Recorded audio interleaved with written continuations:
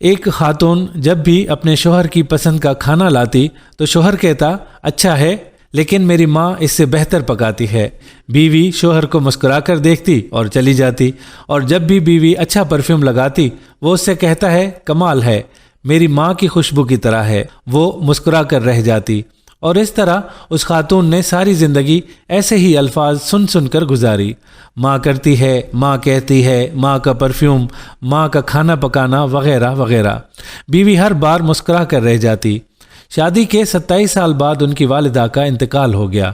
والدہ کی تدفین کے بعد شوہر اکیلا بیٹھا تھا۔ اس کی بیوی اس کی آزمائش میں اسے تسلی دینے گئی تو اس نے اس سے کہا اب تمہارا کھانا پکانا میری ماں کے پکانے جیسا ہو گیا ہے، اور تمہاری باتیں میری ماں کی طرح ہیں، اور تمہاری ہنسی اور تمہاری خوشبو بھی میری ماں جیسی ہو گئی ہے۔ بیوی مسکرا کر بولی وہ کیسے؟ تو شوہر نے کہا میں نے تم سے 27 سال کی عمر میں شادی کی تھی، اور ہماری شادی کو 27 سال ہو چکے ہیں، اب تم میری ماں جیسی سوچ رکھنے لگی ہو۔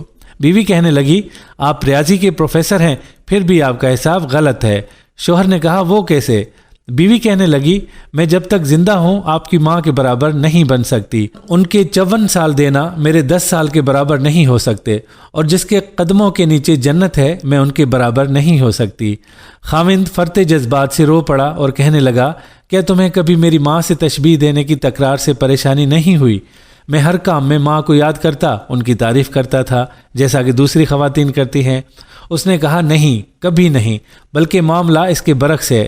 خاوند نے کہا وہ کون سی باتیں ہیں جو تم تمنا کرتی رہی اور میں تم سے پوچھ نہ سکا؟ بیوی نے کہا جب بھی آپ اپنی ماں کی بات کرتے اور میرا موازنہ ان سے کرتے تھے میں کہتی اے اللہ میرے بیٹے کے دل میں بھی میری محبت ویسے ہی ڈال دے جس طرح تو نے اس کی دادی کی محبت اس کے باپ کے دل میں ڈالی ہے، کیونکہ آپ اپنی والدہ سے محبت تمام حدوں سے بڑھ کر کرتے ہیں، اور میں بھی یہی چاہتی ہوں کہ میرا بیٹا بھی مجھ سے ویسی ہی محبت کرے جیسی آپ اپنی والدہ سے کرتے ہیں، اور میرے سرتاج مجھے آپ پر فخر ہوتا ہے کیونکہ آپ کا بیٹا آپ پر ہی جائے گا۔ اے اللہ ہمیں والدین کی رضا حاصل کرنے والوں میں شامل فرما۔ اگر آج کی بہو یہ بات یہ گر سیکھ لے تو بڑھاپے میں پرسکون رہے گی۔